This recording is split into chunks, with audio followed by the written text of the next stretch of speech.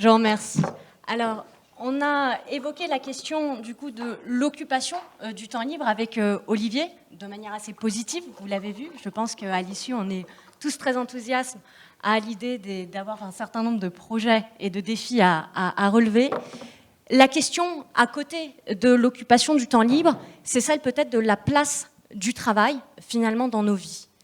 Alors, c'est la question qui est de plus en plus prégnante. En tout cas, c'est, il me semble, une des questions à laquelle on est de plus en plus souvent confronté.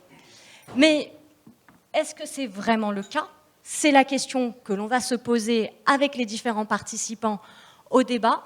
Est-ce que, en réalité, vous êtes confrontés en qualité de dirigeants, de DRH, de coachs qui accompagnent les différents dirigeants et DRH à une montée en puissance des requêtes, des quêtes individuelles dans le monde du travail, plus de flexibilité, plus de télétravail, des semaines à 4 jours. Est-ce que vous êtes réellement confrontés à ces débats-là au quotidien, au regard de vos différents secteurs d'activité? Et pour commencer ce débat, je donne la parole à Sylvain, qui est DRH du groupe Beaumanoir, qui emploie plus de 13 000 salariés à travers le monde, qui a récemment fait parler de lui via l'acquisition de Sarenza assez commentée. Et donc, je veux savoir si, en effet, de ton point de vue, tu constates que la centralité du travail, c'est une question, la flexibilité du travail. Qu'est-ce que tu penses de ces différents sujets ? Bonjour à tous. Oui, indéniablement, je pense qu'on ne peut pas le nier, il se passe quelque chose depuis quelque temps autour de ces questions. Après, la vraie difficulté que moi je rencontre, ou que je pense qu'on rencontre, c'est que ça prend plusieurs formes. Tout le monde n'est pas concerné à la même vitesse. Dans nos organisations, on a des typologies de métiers qui sont extrêmement larges et on va avoir une partie de notre population qui va être extrêmement intéressée, voire extrêmement mobilisée autour de ces sujets de la nécessité de donner du sens, de mieux travailler, d'avoir accès à d'autres formes de travail. Et puis on a une autre partie de notre population qui n'a pas la capacité à pouvoir accéder à ça. Je suis même pas sûr qu'il y ait une réflexion aussi profonde, mais en tout cas, voilà, moi je passe d'un ingénieur à un vendeur en boutique. La difficulté, c'est de trouver l'équilibre dans la politique des ressources humaines qu'on veut mener. On ne peut pas faire la même chose pour chacun. Je ne suis pas sûr que les attentes soient les mêmes non plus. Donc, effectivement, c'est très compliqué sur un réseau d'expliquer qu'au siège, vous allez pouvoir télétravailler 3 jours par semaine sans aucune difficulté, que vous allez pouvoir avoir un sens différent à votre travail et qu'en magasin, tant que nos clients viennent en magasin, et tant mieux, on va avoir du mal à vendre des vêtements depuis chez soi. Donc, du coup, c'est peut-être un nouveau business model. Je suis pas sûr qu'il y en a qui ont essayé, je crois, et ça marche peut-être pas aussi bien. Mais donc voilà, en tout cas, on est confronté à ça. Je pense que tous nos collaborateurs cherchent du sens. Tous nos collaborateurs cherchent à voir comment va évoluer leur travail, voir comment ils vont réussir à être plus heureux ou en tout cas à mieux se sentir dans les organisations. Mais nos réponses, elles sont extrêmement différentes en fonction des métiers et des organisations. Mireille, du coup, toi, dans ton secteur d'activité, est-ce que tu te retrouves dans le propos de Sylvain? Quelles sont les solutions que vous avez mises en place pour répondre à cette quête de sens, à ces recherches de flexibilité aussi auxquelles on peut être confronté? D'accord. Alors, sur les recherches de flexibilité chez nous, alors moi je suis dans une entreprise qui fait du conseil en santé, donc la population que je manage, c'est des médecins, pharmaciens, ingénieurs agro à travers le monde, 9 pays, 4 continents. Ce que je vois depuis quelques temps, enfin depuis post-Covid quand même, on était avant la période Covid, on avait déjà pas mal de télétravail, les gens travaillaient en réseau à travers le monde, ils répondent à des questionnements un peu complexes de clients, donc ils sont très dans le collaboratif, donc ils avaient l'habitude de travailler à distance à travers le monde, à se parler d'un peu partout. Donc je dirais que la période Covid n'a pas été trop compliquée là-dessus, néanmoins j'ai quand même remarqué pas mal d'évolutions et de changements depuis. Des gens, beaucoup plus de demandes à l'embauche de la part des gens de tous les pays. Et on est passé, nous, sur du télétravail ils ont 3 jours de télétravail par semaine possible et 2 jours au bureau. Donc on demande une présence 2 jours au bureau, un petit peu comme ils veulent, dans tous les pays. C'est parfois plus compliqué dans certains pays que d'autres. Et après, s'ils veulent venir 4 jours, s'ils veulent venir un peu plus, ils peuvent venir, mais on fait en sorte d'avoir un minimum de temps collectif, parce que ce temps collaboratif, il est quand même important, tout en n'imposant pas d'être présent tel jour ou tel jour. Les gens apprécient beaucoup ça. Là, je viens de sortir d'une enquête d'engagement il y a 15 jours. J'ai 92% des gens qui disent qu'ils sont contents des conditions de travail, tout ce qui va autour du working environment. Donc je pense que ça se passe plutôt bien là-dessus. Néanmoins, il y a de plus en plus de demandes, notamment de nouveaux entrants, sur des pratiques, leur travail de n'importe où dans le monde. Donc nous, on a autorisé dans le pays où on est ou dans les filiales dans lesquelles on est, mais pas n'importe où dans le monde. Et je vois notamment des gens qui cherchent à se faire embaucher. On est à 250 personnes, 28 nationalités. Donc ça brasse pas mal, on va dire. Et ce que je vois, c'est qu'on a des gens qui sont qui cherchent à se faire embaucher. Enfin, pour moi, il y a des vraies questions sur l'évolution du monde du travail, je dirais mondialement. C'est-à-dire que des gens qui cherchent à se faire embaucher dans des pays à niveau de salaire important, mais qui vont essayer très vite de nous dire oui, mais je voudrais aller passer 3 mois en Inde ou 4 mois, je sais pas où, parce que ma famille est là-bas, et donc qui cherchent à nous demander finalement du temps hors pays, donc dans des pays à plus faible coût en fait de vie. Et ça, c'est pas quelque chose qui est isolé, c'est quelque chose qui est vraiment marqué. Donc moi, je m'interroge beaucoup sur l'impact long terme de ce travail à distance, en disant finalement, on va travailler d'où et qui va travailler pour nous, sachant que là, je suis en contact avec pas mal avec des entreprises, notamment de PIO, enfin un peu du portage à travers le monde, parce que j'ai de plus en plus de demandes aussi de portage à travers des différents pays. Donc le changement des formes de travail, pour moi, est en train de s'accélérer très clairement. Voilà. Et il me semble que Valérie, du coup, tu es directrice générale de chez Talentis, que tu as fondé il y a 20 ans. Vous accompagnez les différents talents, les entreprises, les leaders.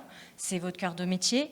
Est-ce que tu te retrouves? Est-ce que la montée en puissance des requêtes individuelles, c'est quelque chose que toi aussi tu constates? Et quelles sont les réponses que tu apportes à tes clients? Quels sont les programmes que vous mettez en place?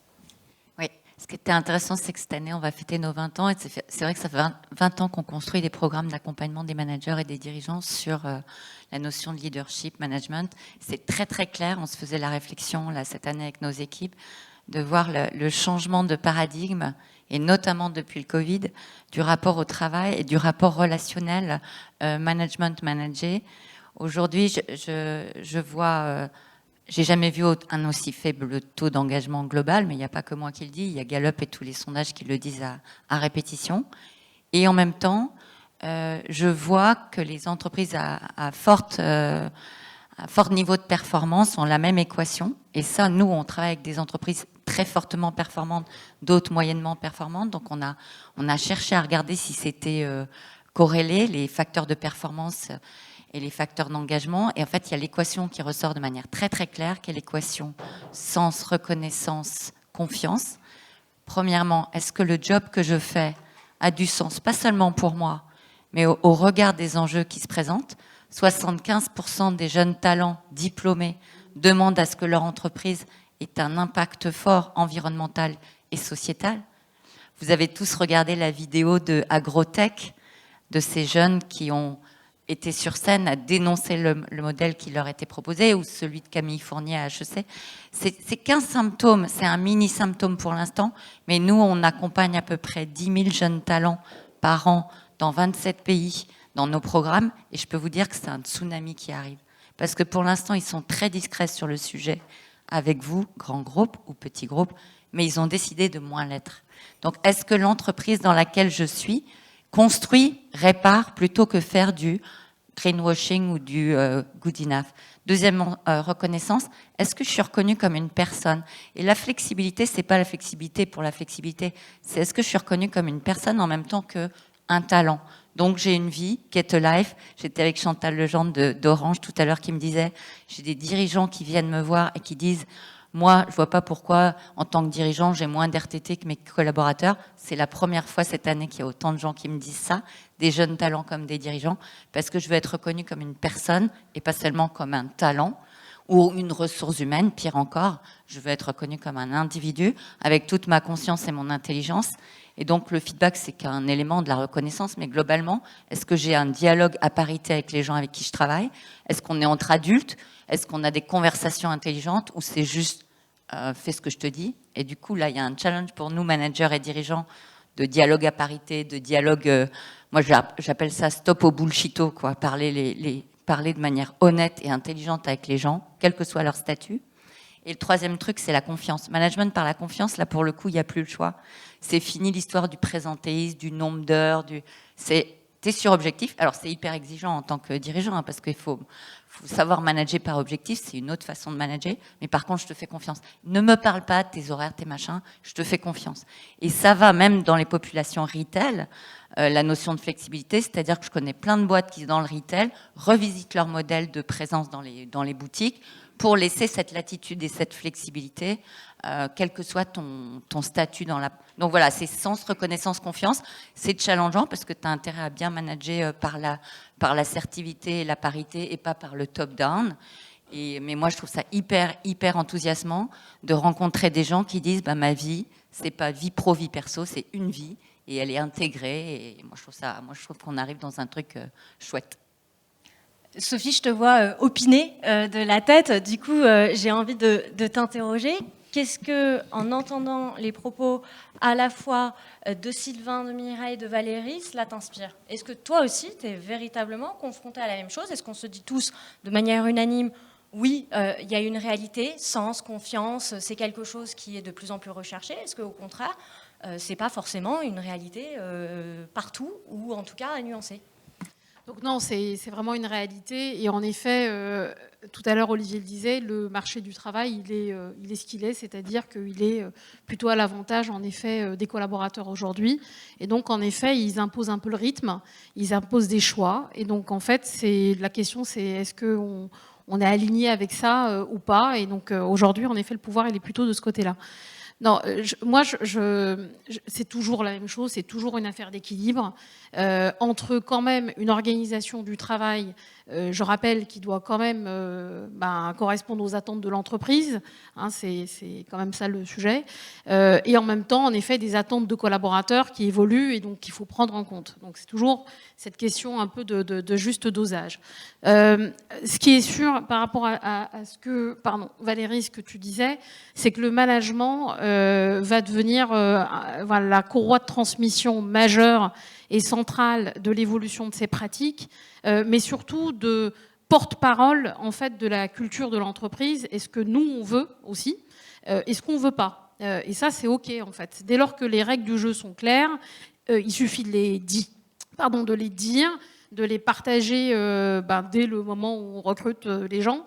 Et je pense que c'est ok pour d'ailleurs, c'est pas une question de jeunes ou pas jeunes. Je pense que même c'est vrai, même en tant que dirigeante, aujourd'hui, il y a des choses que j'accepte moins que quand j'étais dirigeante, il y a même encore 5 ans. Et c'est vrai, c'est des vraies évolutions structurelles parce qu'on a vécu quelque chose quand même où il suffit qu'on ait vécu quelque chose d'un peu difficile à titre personnel et ça rebat les cartes sur ce qui est important dans notre vie ou pas. Et donc ça remet des équilibres en place et puis il y a des entreprises qui acceptent et c'est ok et puis il y a d'autres entreprises qui acceptent pas et c'est ok aussi.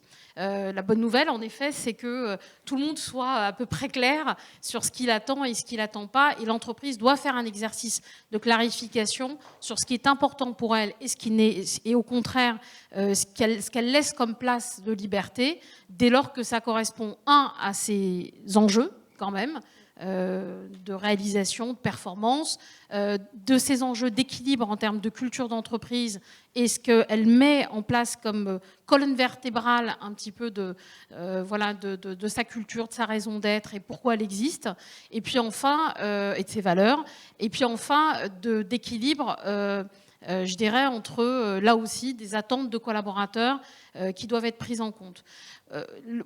Moi, je vois quand même une tension qui existe en ce moment.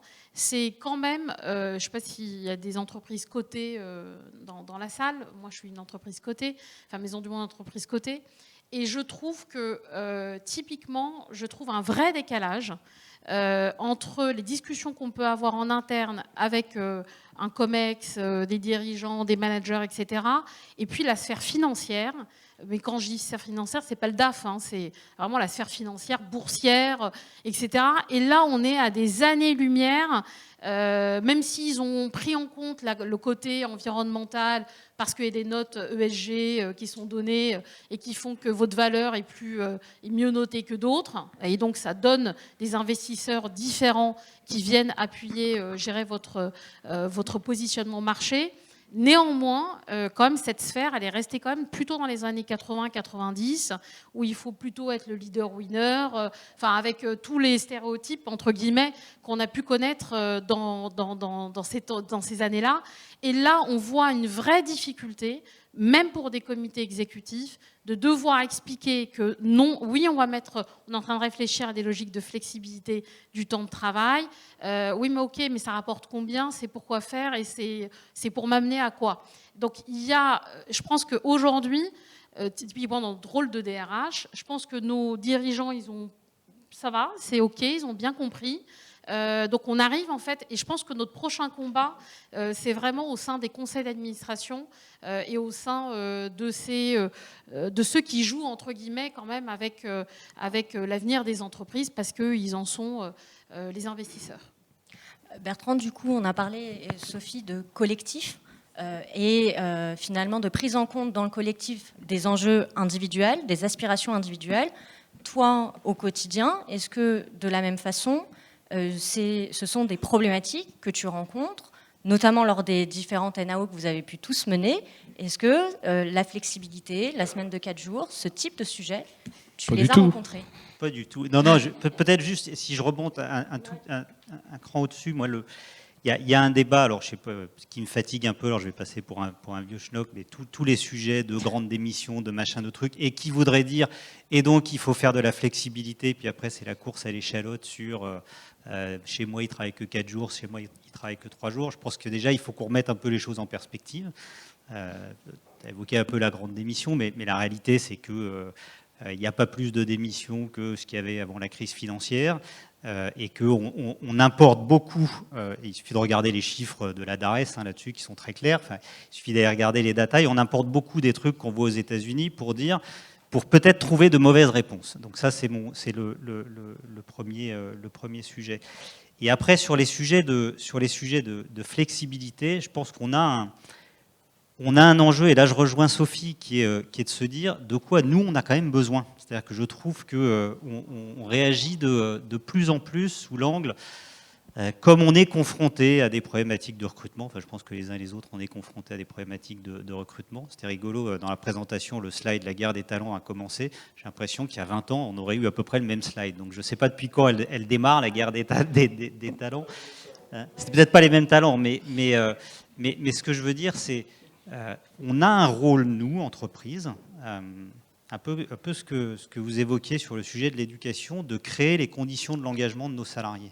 On ne peut pas décider à la place des salariés engagez-vous, ça ne marche pas tellement. En revanche, créer les conditions de l'engagement, ça c'est notre responsabilité. Et là où je rejoins Sophie, c'est qu'il faut qu'on soit clair, entreprise par entreprise, sur les sujets sur lesquels on veut créer de l'engagement. Et ces sujets sur lesquels on veut créer de l'engagement, je pense que chaque entreprise doit apporter la réponse qui lui est propre par rapport à ses enjeux, par rapport à ses enjeux de business. Nous, c'est un exercice qu'on a fait il y a une petite année, et c'était assez rigolo, parce que quand vous discutez avec votre COMEX ou avec votre président, voire avec vos actionnaires, ils ont envie d'être différenciants sur tous les sujets. Alors, ce qui est assez normal, parce que votre actionnaire, son rôle, c'est de vous vendre demain. Alors, nous, on est en LBO, donc encore plus de vous vendre demain. Donc, de dire qu'on est les meilleurs sur tout. En fait, ça ne marche pas.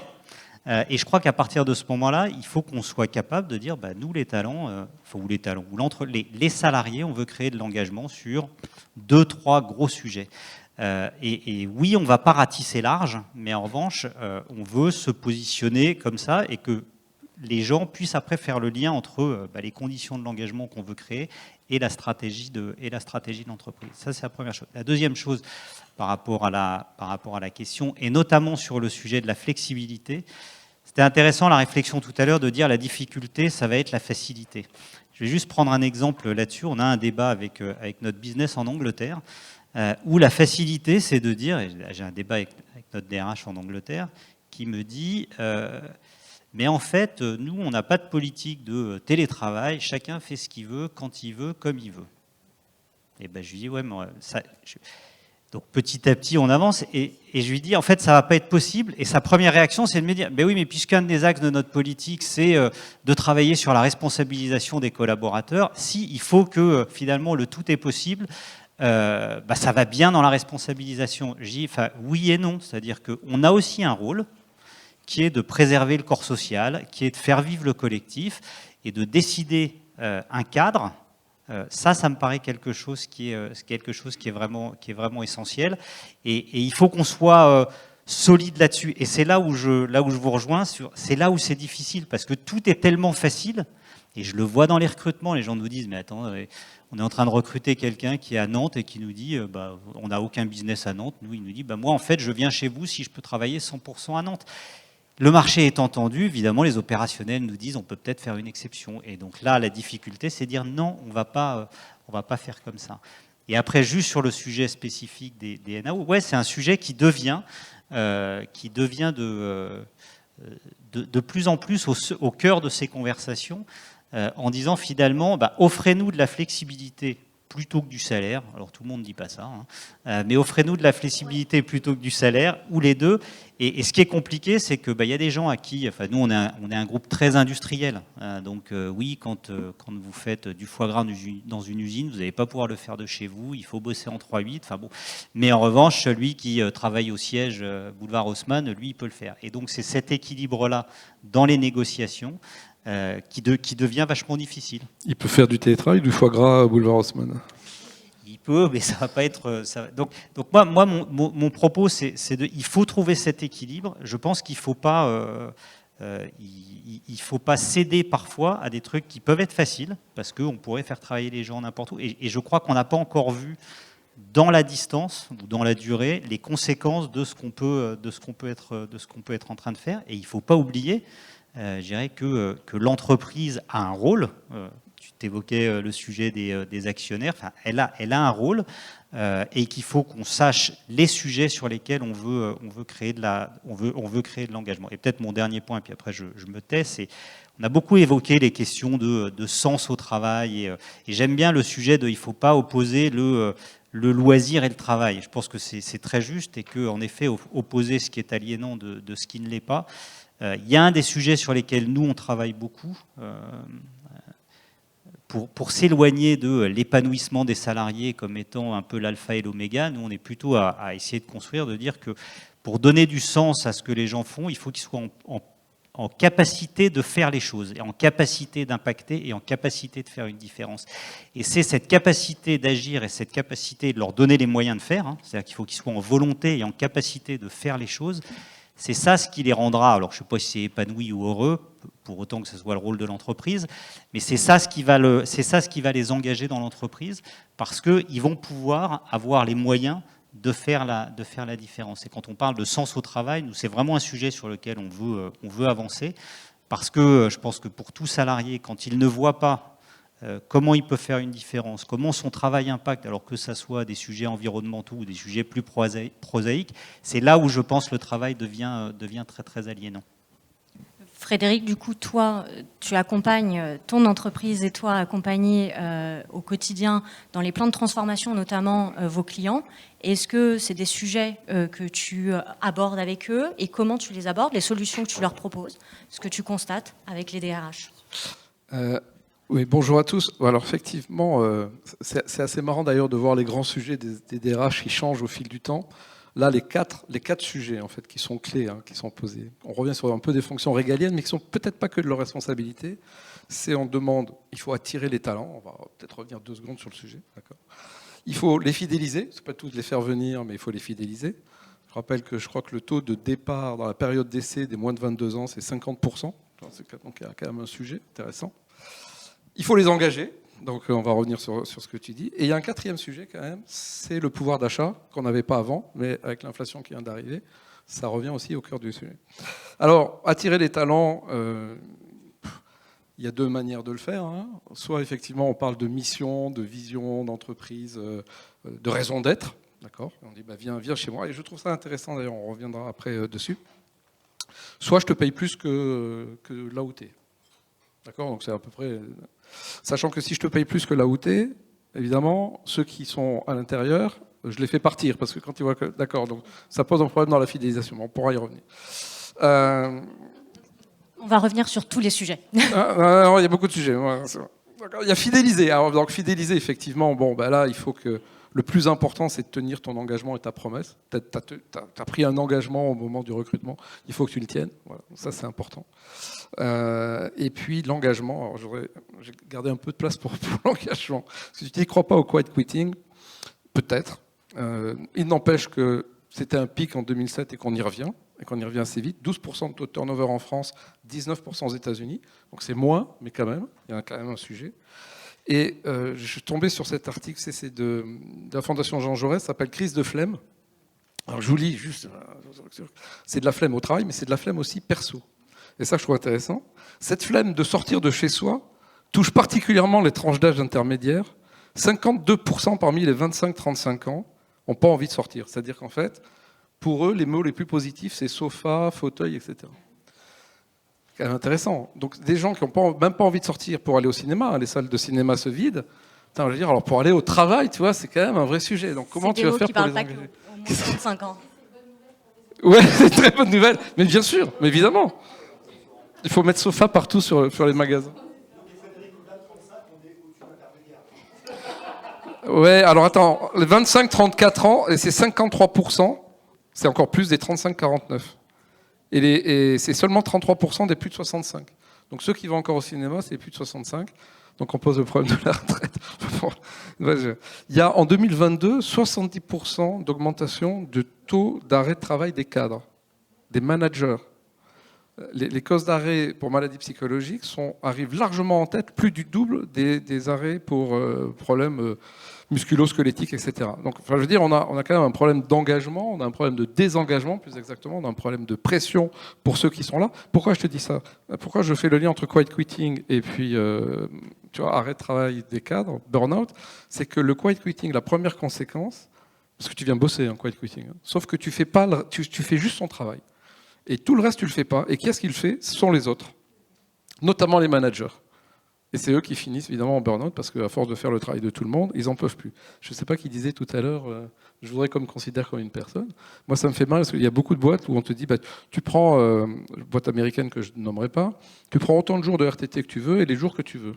De télétravail. Et donc, il y en a un qui prend le lundi, l'autre le mardi, l'autre le mercredi, jeudi, vendredi, etc.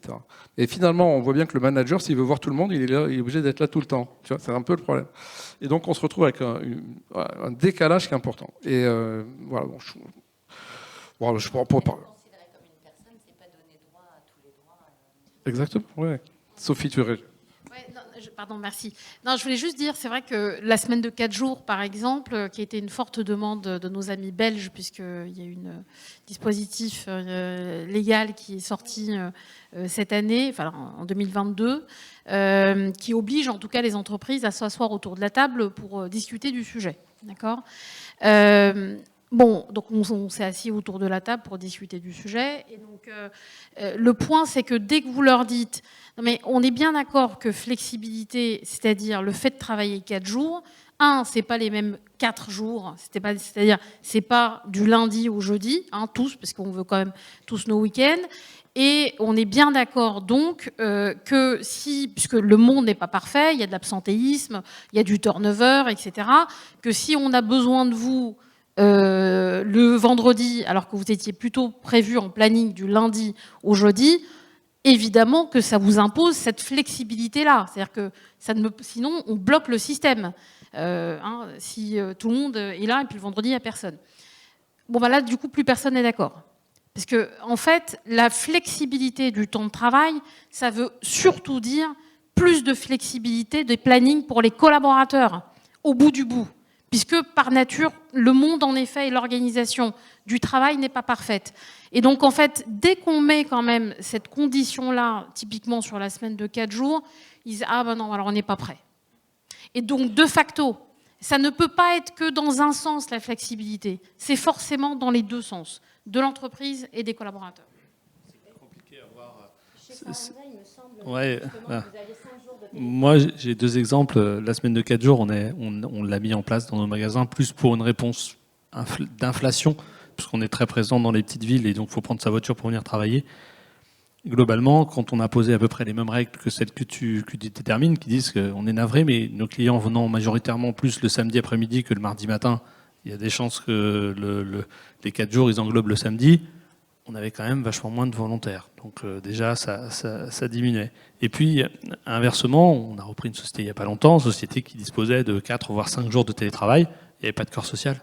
C'est-à-dire que globalement, les gens ne se connaissent pas, il n'y a pas d'âme à l'entreprise, alors on peut utiliser les mots qu'on veut. Et quand on est revenu en arrière, puisqu'on est revenu en arrière, on n'a pas été populaire les premiers jours, et finalement, on arrive à trouver il y a effectivement 15% des collaborateurs qui, eux, ont dit « moi, ça ne me convient pas ». Et ça fait partie des règles dont on parlait tout à l'heure.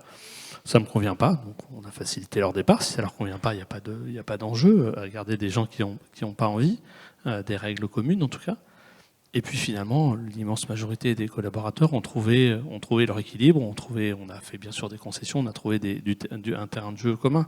Mais je pense que tout à l'heure tu parlais de fidélisation, d'engagement, etc. Il ne faut pas le faire contre nos collaborateurs, mais il ne faut pas le subir de la part de nos collaborateurs non plus.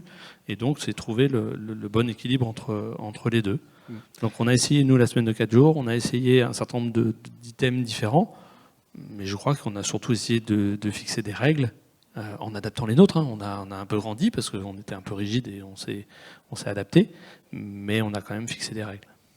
Mais c'est là où c'est assez intéressant, c'est paradoxal, c'est-à-dire que tu veux attirer les gens, donc tu dis on est une entreprise à mission, on a un rôle, on va être un collectif, on va bosser ensemble, et après, dans l'entretien de recrutement, tu leur vends pas ça en fait, tu leur vends un job en disant t'as tel salaire, tu pourras bosser de chez toi, tu pourras faire ce que tu...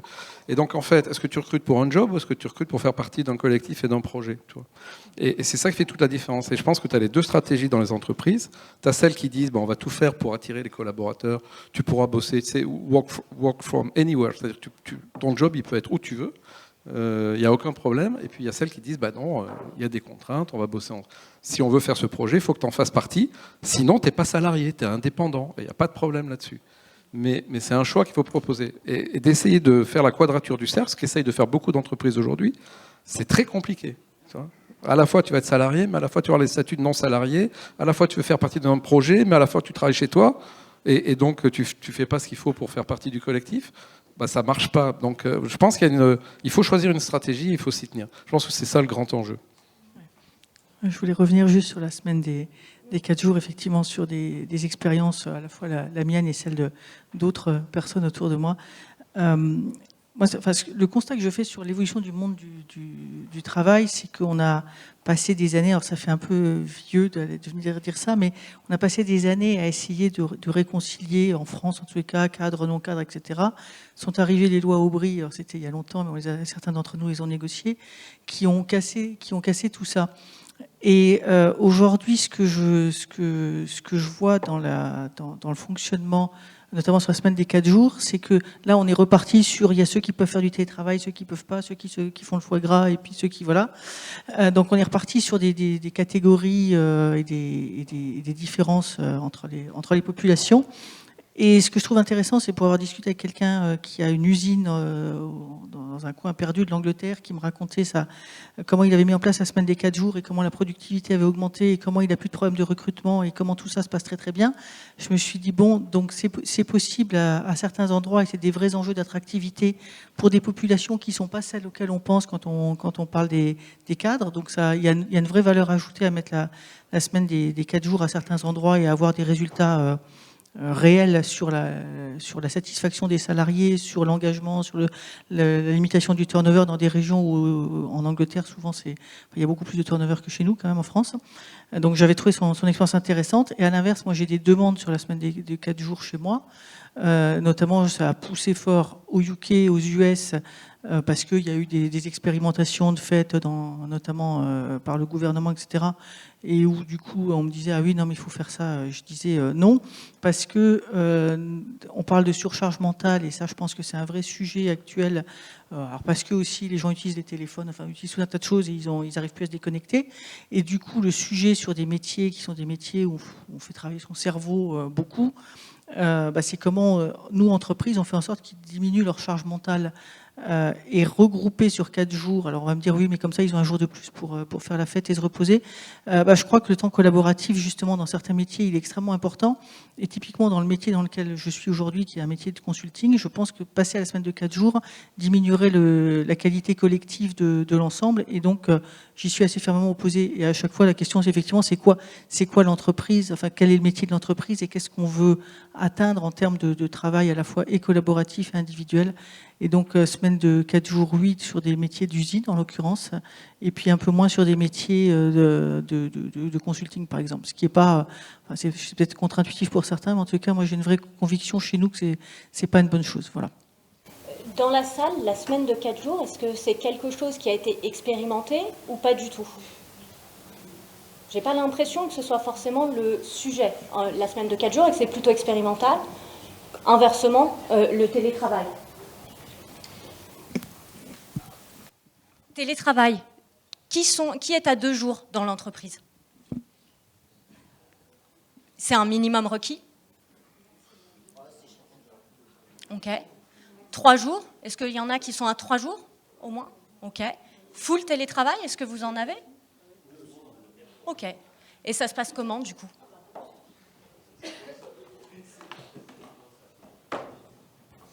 Bonjour, oui, c'est Benoît Floutier donc, de Layton. En fait, là où c'est très compliqué, c'est ce qu'on voit, c'est qu'il n'y a pas une réponse.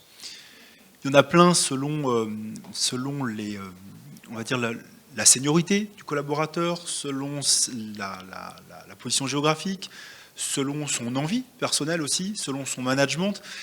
Et on parle beaucoup de la semaine de 4 jours. Nous, ça fait 2 ans qu'on en parle. On n'a toujours pas essayé. Parce que oui, non, peut-être, pourquoi pas, et si... Bon voilà, on se pose les mêmes questions qu'on se posait pour le télétravail avant la pandémie, en fait. On a tourné autour du pot pendant des années, et puis on a été obligé de le faire, puis ça a très bien marché. Mais pareil, le télétravail, on a le droit à 3 jours par semaine. Il y a des collaborateurs qui sont là tous les jours, même s'ils habitent loin et ça leur va très bien. D'autres qui demandent 4 jours, et on l'accepte parce que ça leur va très bien aussi, et que ça fonctionne plutôt bien. Donc... c'est toujours pareil, dans ces débats, on a plein d'idées, et au final, on voit qu'au réel, eh bien, on parle de flexibilité. La flexibilité, c'est justement pas vraiment avoir de règles de télétravail ou de semaines de 4 jours, de 5 jours. C'est, vous avez un objectif, personnellement, comment vous êtes capable de le faire. Et ça marche bien parce que je suis dans le conseil, évidemment. Si c'est pour aller à Maison du Monde ou chez Sarenta, ce sera peut-être un peu plus compliqué, parce que là, il faut de la présence au magasin. Faire du foie gras dans une usine, c'est pareil. Je ne vois pas trop comment on pourrait avoir cette discussion-là sur cette ultra-flexibilité. Donc nous, on est plutôt en train de réfléchir sur comment aujourd'hui on va avoir un accord de flexibilité beaucoup plus général. On parlait également de déplafonner les congés payés, de RTT, de choses comme ça. Mais pourquoi ? Si vous avez un objectif et que vous le remplissez et que tout le monde est content, c'est bien. Mais là, je suis en train encore de parler d'idées qu'on a. On ne l'a pas encore mis en place. Il va falloir que maintenant on cadre tout ça et c'est pas évident. Non, mais j'ai juste une réaction là-dessus. C'est le sujet de la. Alors, on se pose tous la question de plus ou moins de flexibilité, mais il y a une question, je trouve, que je le prends pour nous aussi, qu'on ne se pose pas assez, c'est ça sert quel propos ? Et trop souvent, le seul propos, quand moi je pose la question en interne, c'est comme ça on va pouvoir attirer plus de gens de l'extérieur. Et je dis, oui, d'accord, mais enfin, si c'est pas les gens qu'on veut, si c'est juste un espèce d'effet d'affichage et que les gens vont venir, et puis, enfin, et je pense que cette question de pourquoi on le fait, et ça rejoint ce qu'on disait tout à l'heure sur c'est quoi le propos de la boîte et pourquoi on voudrait plus ou moins de flexibilité par rapport à nos objectifs, c'est une question qu'on ne se pose pas assez. Et donc après on part, et après on va mettre en place des trucs qui vont répondre à un instant T. Et puis on va pas mesurer les conséquences de ça dans la durée, parce que si on autorise, pourquoi je me bats avec les Anglais, c'est aussi si on autorise des gens, enfin, tout notre business anglais, alors à l'exception des usines, à travailler, à être full télétravail, ça dit quelque chose sur ce que l'entreprise pense du fonctionnement en équipe et du corps social. Et nous, c'est pas quelque chose qu'on a envie de dire, parce qu'on croit fondamentalement que les sujets d'innovation et tout ça, ça se travaille pas tout seul chez soi. Mais on pourrait, alors en plus on est dans des sites qui sont honnêtement un peu pourris, donc on pourrait être amené à répondre à ça, parce que pour des logiques d'attractivité. Mais bon. Alors c'est intéressant ce que tu dis, Bertrand, ça sert à quoi? Parce que c'est exactement à ça que je voulais arriver, c'est les collaborateurs vous demandent de la flexibilité, mais qu'est-ce que ça exprime? En fait, je pense qu'il faut parler de la notion de liberté. Qu'est-ce que c'est la liberté, l'autonomie versus l'indépendance? Et aujourd'hui, on a cette ambivalence autonomie, co-responsabilité du moi, oui, si le nous existe. Oui, l'air du moi est très fort, mais je vois les équipes qui performent, qui sont engagées, quand le nous de la co-responsabilité, de la solidarité, de quand je suis au bureau, c'est vachement différent que quand je suis avec mon écran à la maison. Il se passe un truc quand je suis dans cette équipe, je suis fière d'y être. On est des gens qui bossent ensemble et on se parle et on se parle vraiment. Et on a peut-être laissé un peu tomber, et je m'inclus dedans, au nom de l'autonomie et de l'individualité, le nous, la solidarité, le collectif. Et on y revient vachement. Et nous, en tant que coach, on bosse énormément sur ces étapes de reconnexion. C'est quoi une équipe qui gagne? C'est quoi une vraie équipe? C'est quoi la co-responsabilité? Pas d'autonomie sans co-responsabilité. L'Oréal, ils appellent ça freedom in a frame. Mais je trouve ça génial.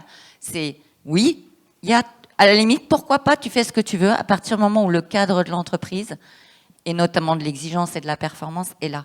Et donc, comment est-ce qu'on peut être et sur le moi et sur le nous, sans jamais perdre de vue qu'il y a évidemment la performance au bout. Et on sait que cette équation autonomie, co-responsabilité, elle est égale à la performance.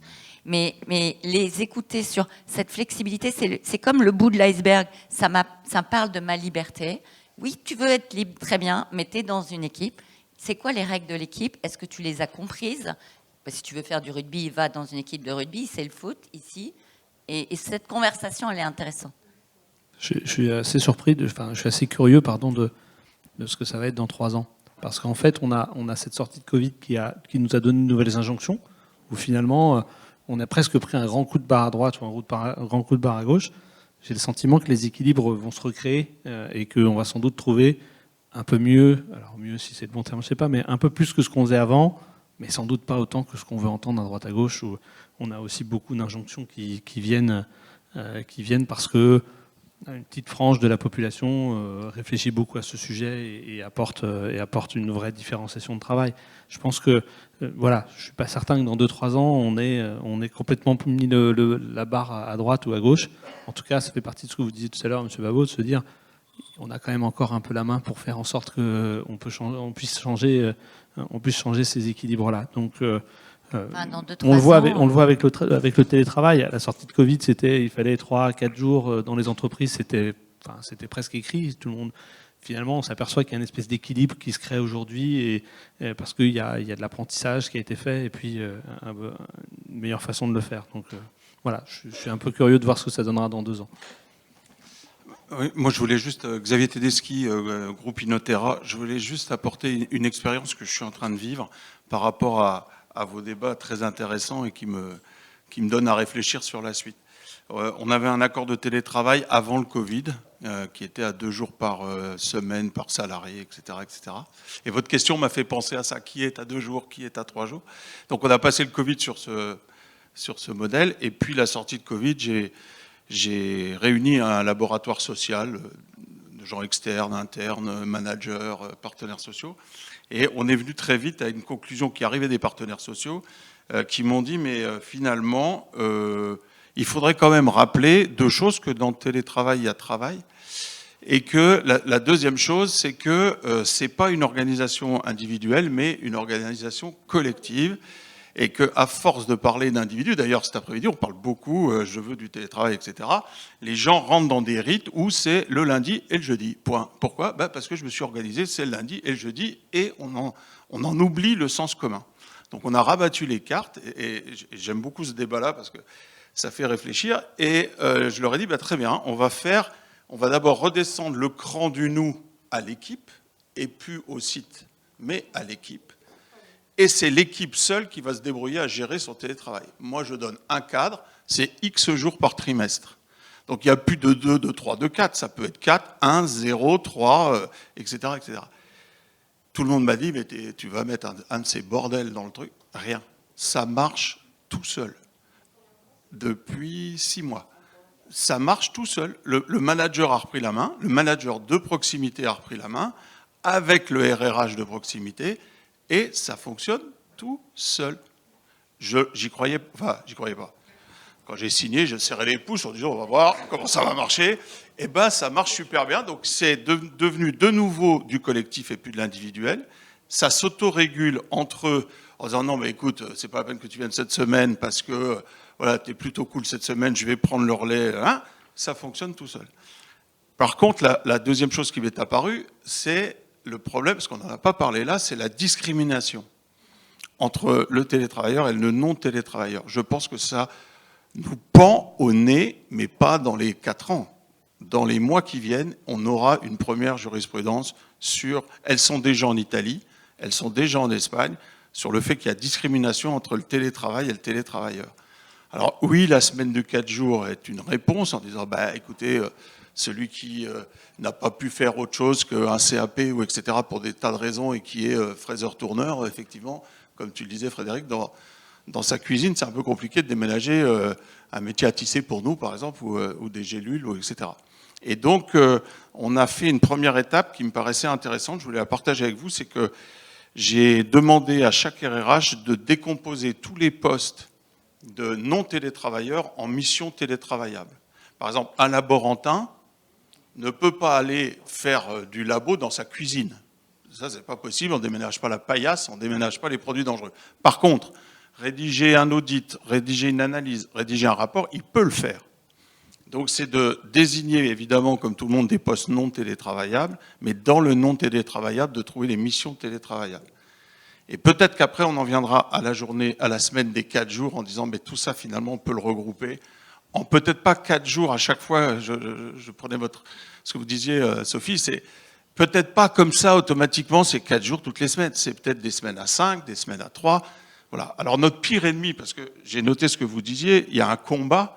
Moi, je pense que le principal combat, c'est le combat contre le droit social. Il est vachement en retard et on se fait bloquer parce que je pense que les plus jeunes sont prêts à être flexibles. Alors oui, comme le disait notre auteur, on va avoir des connexions à 22 heures. Et alors, s'ils sont à la piscine à 3 heures de l'après-midi, où est le sujet? Mais c'est le sujet, c'est dans la journée, la flexibilité. Si on parle de jour, en fait, nous, le sujet, c'est que si à 15 heures, je dois aller à la piscine, j'y vais. Et si je dois bosser à 22 heures ou à 23 heures, c'est mon problème. Oui, mais... Sophie? Oui, c'est vrai, mais il y a tout le sujet et on revient à la flexibilité que j'impose aux autres. Parce que moi, j'ai aucun problème d'aller courir à 3 heures de l'après-midi et puis de bosser à minuit parce que ça me dérange pas. Mais on vit quand même dans un collectif. Et c'est quand même le sujet de, si moi j'ai envie de bosser à minuit, que j'envoie un message à mes équipes à minuit, et que j'attends qu'ils me répondent à minuit, ça marche plus. Non mais je pense que ça c'est quand même un vrai truc de se dire, sinon on fait autre chose. Mais si c'est au détriment de... Tu évoquais le sujet de la liberté, ouais, si c'est au détriment des autres, là, ça ne marche pas. Alors, ça va marcher quelque temps, hein, et puis au bout d'un moment, le système va s'arrêter de lui-même. Ou se réguler, ouais. Oui, bien sûr. Et puis, il y a le sujet de l'équité. Alors, je ne sais pas si c'est un truc que vous voyez dans vos entreprises, mais... On a quand même, nous, beaucoup d'usines. On a un vrai sujet de... alors oui, il y a peut-être des trucs... J'aime bien l'idée de regarder ce qui est télétravaillable. On nous, des gens qui sont à la chaîne de production, honnêtement. Non, mais c'est un truc qui petit à petit monte.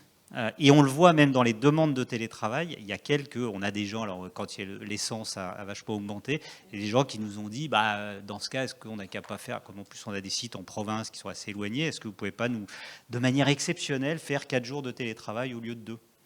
Et on s'est dit, le problème, c'est que si on commence... Et la raison n'était pas qu'ils avaient tellement envie de télétravailler plus, c'est que juste, ça leur évitait de faire des allers-retours en voiture. Ce que je comprends d'un point de vue financier. Et on s'est dit, si on commence à ouvrir ça, la tension avec les gens qui, eux, ne peuvent pas le faire. Donc, je ne sais pas si c'est un truc que vous voyez, mais moi, ça m'intéresserait parce qu'on sent petit à petit ce truc-là monter. Et malheureusement, il y en a qui ne peuvent pas télétravailler. Juste, il y avait des réponses qui étaient intéressantes. C'est que quand tu fais vraiment du télétravail, quand tu as une approche globale, tu vas avoir une approche globale économique, bilan carbone, diminution de tes locaux, etc. Et que si tu as chiffré ça, je te la fais courte, tu peux financer d'autres choses. Et moi, j'ai vu des groupes faire du télétravail et financer, par exemple, la cantine ou le repas du midi pour tous ceux qui ne pouvaient pas télétravailler. Grâce à ça. Et donc, tu commences à avoir des logiques qui sont vertueuses, qui ne sont pas inintéressantes. Mais il faut chiffrer, il faut de la data, quoi. Ouais, donc, en l'occurrence, je te rejoins assez, c'est-à-dire que c'est vrai que typiquement, nous, on a quand même 357 magasins. C'était quand même important de garder une forme d'équilibre. Encore une fois, je trouve que c'est vraiment... le sujet du télétravail, bien sûr que sur des gars qui sont dans l'IT, par exemple, même chez nous, on n'est pas à 2 jours et on est plutôt en train de se dire, en effet, comment est-ce qu'on rend en fait la notion de télétravail adaptée par rapport aux métiers. On a plus de 450 métiers au siège, donc il y a des métiers où c'est tout. D'ailleurs, le fait qu'on soit une entreprise nantaise qui avons des antennes, voilà, voilà, à Paris, même à Nantes, on n'est pas sur le même site. Finalement, on était déjà structurellement une entreprise qui travaillait à distance. Donc, on voit que ça marche. Par contre, c'est toujours le sujet d'équilibre. Par exemple, on a vu pendant la période de Covid que pour les métiers qui sont des métiers de créatifs, puisqu'on crée des collections, on a vu la limite. Et très vite, même pendant le Covid, je ne devrais pas le dire, même quand on n'avait pas tout à fait le droit de les faire travailler sur site, en fait, ils ont dit, c'est pas possible, en fait. À un moment donné, il faut qu'on voit des produits, il faut qu'on les touche, il faut qu'on interagisse, il faut qu'on rebondisse sur le... Donc quand on est une entreprise, on est dans l'industrie créative, et donc il y a des métiers où, en fait, où c'est moins possible que d'autres, et dès lors que c'est fait avec les métiers, c'est partagé, etc. Et c'est pas une décision en effet qui vient de façon un peu autoritaire du DRH. Les gens le comprennent parfaitement. Et il y a des métiers en effet dans l'informatique qui eux travaillent avec des gens même en offshore, etc. qui sont structurellement adaptés à travailler à distance. Eux c'est plutôt une logique de même 3-4 jours par semaine. Et c'est d'accord. Par contre, je pense que de façon globale, en termes de messages envoyés dans l'entreprise, quand vous avez quand même 80% de vos équipes qui travaillent en magasin, et en fait, quand vous voulez quand même créer une culture du client et une culture un peu de retail, vous avez besoin quand même d'annoncer symboliquement que oui, le travail collectif ensemble, c'est important, qu'on crée des produits. Et donc, c'est vraiment très adapté finalement à l'environnement dans lequel vous vous situez et aux environnements de travail que vous avez. Mais tu as raison, la notion d'équité va forcément nous venir à un moment donné. Évidemment, moi j'ai le même environnement de travail que celui de Sophie, donc c'est évident qu'on peut assez facilement expliquer à nos collaborateurs du siège que nos collaborateurs de magasin travaillent le samedi jusqu'à 20h, ce qui assez rapidement fait descendre le niveau de demande. Le gars de l'IT, tu as du mal à lui expliquer, lui, il s'en fout un peu, quoi. Et nous, on n'a pas franchi ce Rubicon-là encore. C'est-à-dire c'est une question qu'on se pose beaucoup, de se dire, est-ce qu'on individualise au métier ? C'est-à-dire qu'est-ce qu'on va regarder les tâches et le métier pour se dire, toi tu peux, et puis toi tu peux plus, et toi tu peux moins. On l'a pas fait parce qu'on a voulu garder quelque chose un principe d'équité, mais je ne sais pas si c'est la bonne réponse en tout cas. Mais c'est pas facile de passer d'un système qui se veut très équitable à quelque chose qui l'est moins. Donc il y a un point, et je ne sais pas si là aussi vous avez rencontré ce cas-là, c'est que dès lors que quand même la période post-Covid, on a vu quand même monter le côté tiens, j'ai déménagé à Bordeaux, là, et puis en fait comment on fait du coup pour mes allers-retours ? Rien.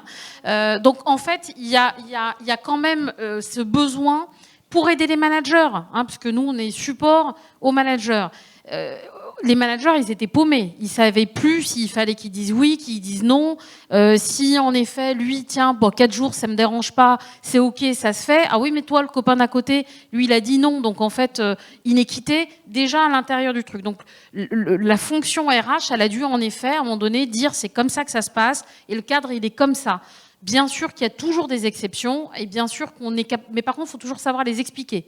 Et là aussi, expliquer le sens de pourquoi. Non, il y a un point par rapport au droit du travail que vous avez cité, et je suis entièrement d'accord. C'est-à-dire qu'on voit à quel point il y a un décalage entre notre cher droit du travail et la réalité de l'avancement des différents modes de fonctionnement et de modes de travail. En effet, sur les sujets du temps de travail, ça va de soi, mais aussi sur, puisque je passe 4 jours de télétravail, je travaille pour vous 4 jours de chez moi. En fait, mon mètre carré, on nous a demandé les bureaux, on nous a demandé les chaises, on nous a demandé un double écran, parce que quand même, le petit écran, c'était pas facile, etc., etc.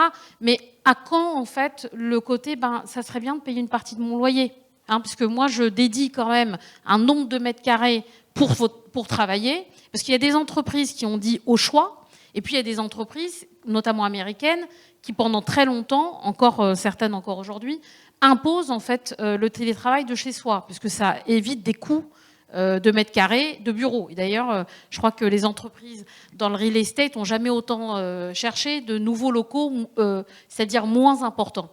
Donc il faut, là aussi, c'est le sujet un peu d'équilibre, de dire attention, et on le voit quand même dans les pratiques, parce que vous dites, non mais le collaborateur à 3h de l'après-midi, il va à la piscine.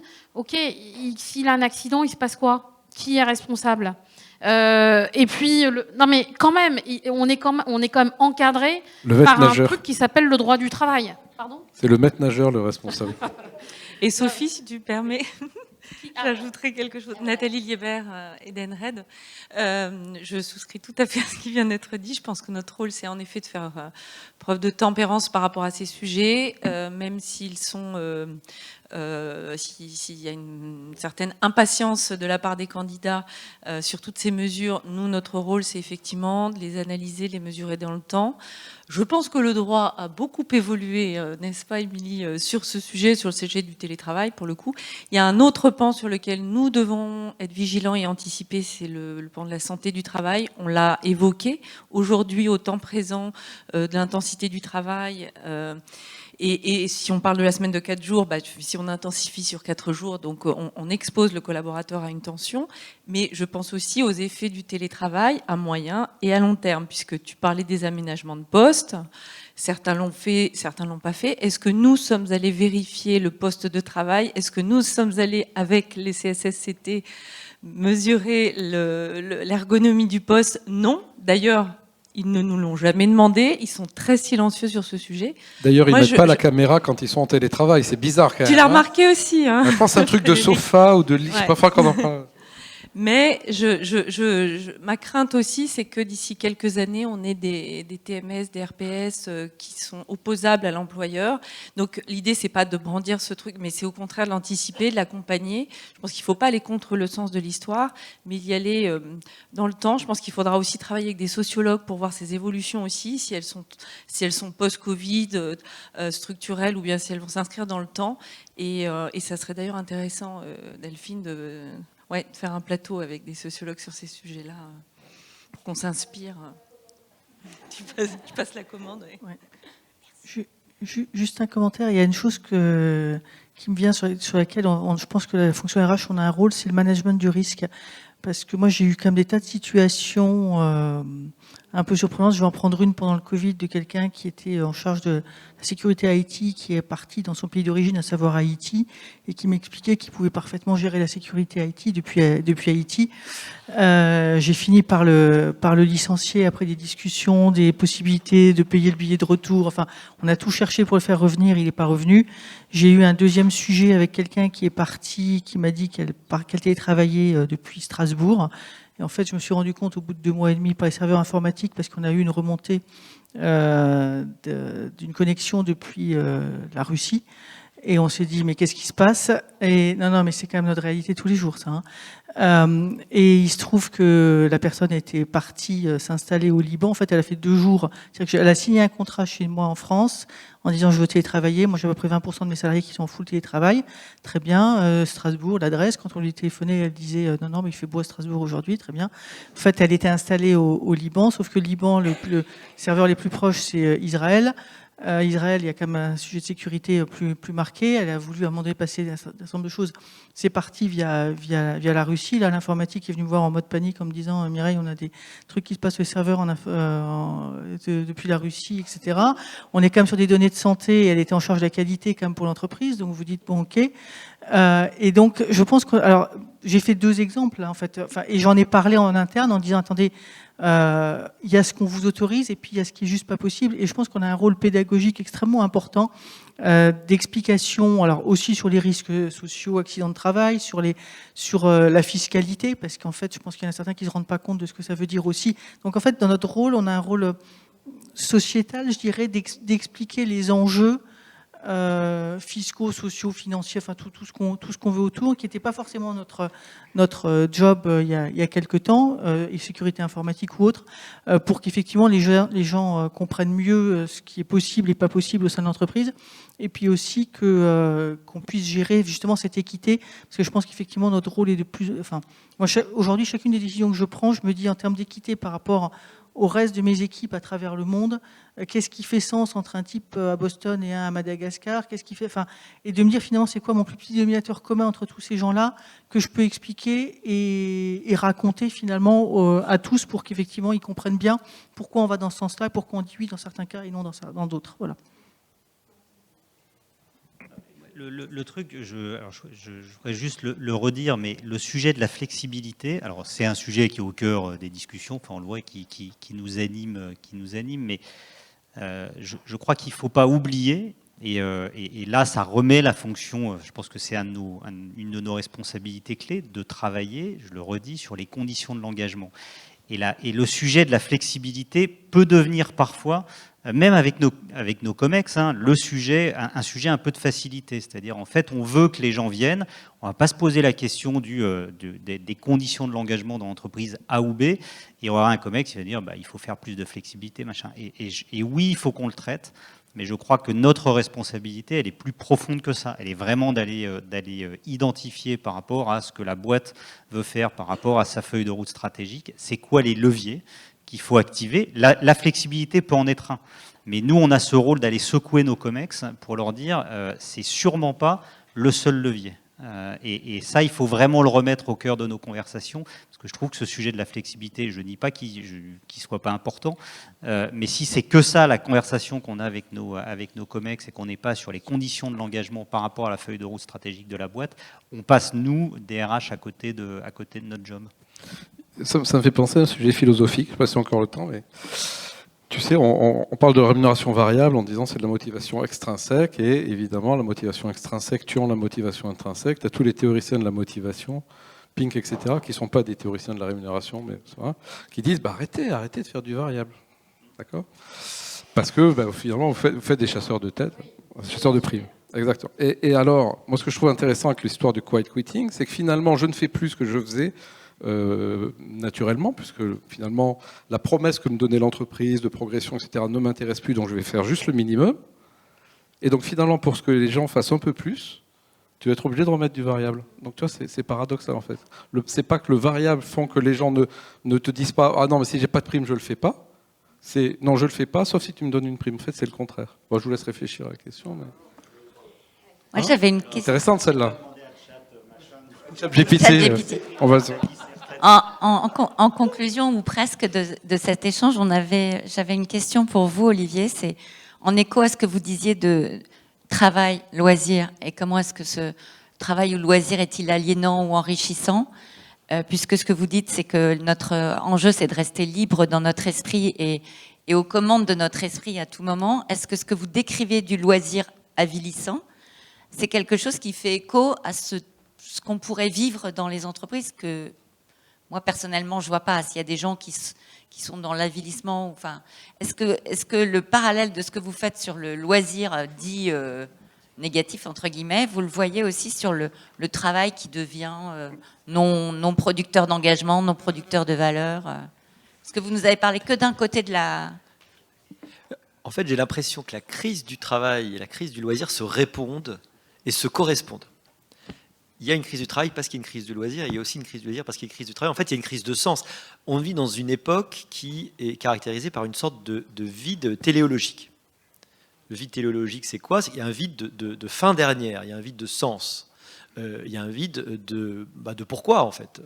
Et ce que j'ai décrit tout à l'heure, c'est que jusqu'à présent, il y avait un pourquoi qui était donné de façon extrêmement rigoureuse par la société, qui t'expliquait pourquoi tu étais là et à quoi tu servais. L'extraordinaire côté de notre société libérale, occidentale, moderne, c'est qu'en fait, les gens sont libres. Ils sont libres de faire tous les choix possibles. Mais ils sont aussi non déterminés. C'est-à-dire que le but, finalement, si vous demandez à quelqu'un pourquoi il est là, il va dire, c'est se faire plaisir, non? C'est pas ça ce que nous dit d'ailleurs la publicité. Faites-vous plaisir, faites-vous un cadeau, prenez soin de vous. En fait, c'est ça le nouvel impératif moderne. Prenez soin de vous, c'est pas ce qu'on vous aurait dit avant, hein. Et alors, la question, c'est que prenez soin de vous, ça peut se prendre de plein de façons possibles. On confond souvent hédonisme et eudémonisme. L'hédonisme, c'est la recherche du plaisir. L'eudémonisme, c'est la recherche du bonheur, ou daimon. Le bon daimon, hein, c'est le bon esprit, c'est le bon moment. Et en fait, on a été entraîné à confondre plaisir et bonheur. Il y a un super livre de Robert Lustig qui s'appelle The Hacking of the American Mind. Comment l'industrie du sucre, je ne sais pas si quelqu'un est dans le sucre ici, mais l'industrie du sucre a hacké notre cerveau. Comment il montre qu'on a été entraîné à confondre dopamine et sérotonine, c'est-à-dire en fait le shoot de dopamine qui te donne un plaisir immédiat, mais qui est en fait assez court et qui te demande juste d'en reprendre. C'est ce qui provoque des phénomènes d'addiction. Hein. Et puis la sérotonine qui est un neurotransmetteur que quand vous ne l'avez pas, vous êtes en dépression, précisément. Hein, c'est le bouquin de Houellebecq. Et quand vous en avez, c'est quelque chose que vous avez partagé et qui est plutôt le neurotransmetteur de la satiété. Et en fait, la somme des plaisirs ne fait pas le bonheur. C'est ça, en fait, la difficulté. Donc, on nous apprend à courir après le plaisir et peut-être pas assez le bonheur. Et donc, ces questions qu'on se pose dans nos loisirs, on se les pose aussi dans le travail. Je crois vraiment que quelqu'un qui a des loisirs équilibrés a aussi un travail équilibré la plupart du temps. C'est pour ça que quand vous recrutez des gens, vous allez essayer de trouver des gens qui ont des équilibres de vie. C'était Friedman dans les années 70, avant 60, il avait écrit, vous savez, Le travail en miettes, où il dénonçait le travail taylorien, déshumanisant. Et dès cette époque, il avait remarqué, celui qui a un travail déshumanisant et qui perd un intérêt dans sa vie, il a un loisir aussi qui est déshumanisé. C'est-à-dire que son loisir n'est pas l'endroit où il arrive à trouver du sens, parce qu'en fait, c'est une perte de sens qui se répondent. Donc loisir et travail, encore une fois, même combat. Peut-être en mot de conclusion, sauf si quelqu'un veut intervenir, moi ce que j'entends de tout ce que vous avez pu dire, c'est qu'il y a finalement une individualisation, notre société en est le reflet, et que le travail n'est que le reflet de notre société. Donc il y a une montée aussi d'attentes individuelles auxquelles il faut répondre, parce que vous êtes confronté à la problématique notamment de recrutement, et que c'est une problématique réelle qu'on vous demande de répondre à cette dernière. Quand on a un besoin opérationnel, il faut que vous puissiez avoir des candidats. Donc il faut apporter des solutions RH pratiques et non pas des réflexions systématiquement un peu trop évoluées, etc. Mais en tout cas, il faut apporter une réponse à ces opérationnels.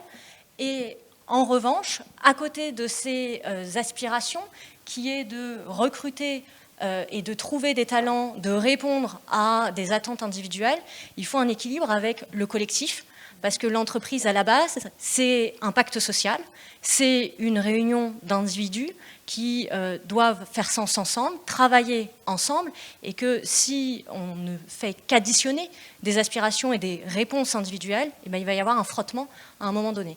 Donc ce que je retiens, c'est que c'est le travail du DRH, en concertation, et que vous avez encore beaucoup de travail. Merci beaucoup.